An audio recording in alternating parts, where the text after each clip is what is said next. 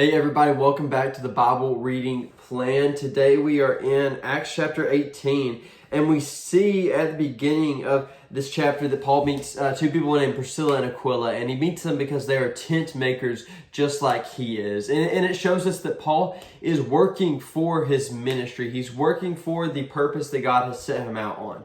And a lot of times I think that, especially in the culture we live in, we like to work as an end. You know, we like to go to work so we can do what we want, so we can live how we want, or maybe work is the end of it all. We just work because that's what people do. But Paul was working so he could fuel his ministry. And I'll ask you today, are you working so you can fuel your ministry? Are you working so you can give to the ministry of Jesus Christ, so you can have means by which to do so? Or are you working for yourself? Are you just working in your job just to, work?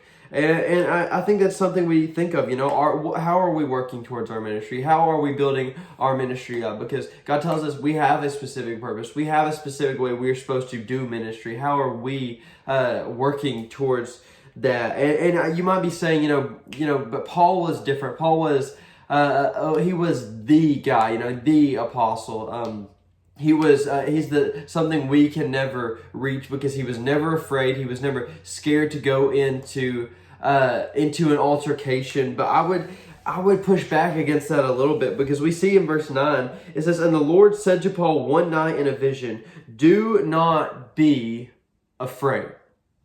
And it's crazy because God had to go to Paul and tell him, "Do not be afraid," which means that Paul was probably afraid right here. He was probably tempted to, not do what God had called him to do, tempted to run from it. Sure, he was working towards it, but he was tempted to run from it. He was afraid in this area, but God says, "Do not be afraid," and then he says, "Do not be silent."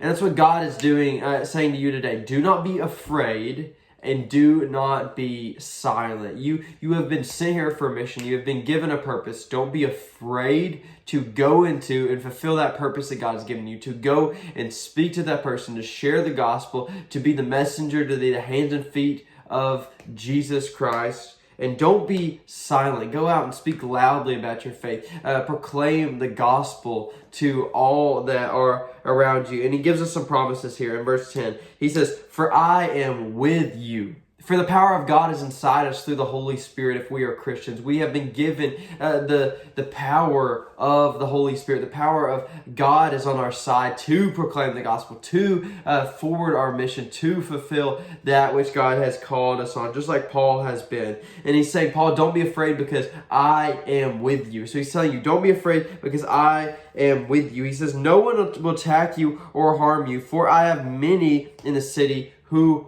are my people." And God may be telling you right now that you are not alone. There's someone going through the same thing as you. There are strong Christians in about every corner of the nation. If you live in America and other nations across the world, there are strong Christians that are in the city, that are going to help you, that God will send to help you. And he encourages Paul like that. So I'll just encourage you today. If you think you are less than, you are not worthy of preaching the gospel, sure, that may be true, but you have the Lord, the God of creation on your side, and he's called you to do this. He says, don't be afraid.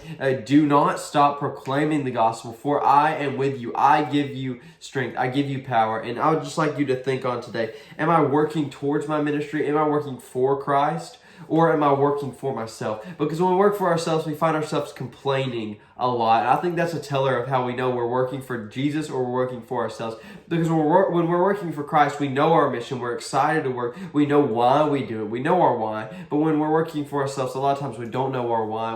We get complacent. We find it feeling useless, feeling purposeless. But there's purpose in the things of Christ. And Paul didn't think that his tent making was purposeless because he knew his why. He knew what he was doing it for. It was forwarding his mission. So go out today, ponder those thoughts, and I hope to see you tomorrow in the Bible reading plan. Bye.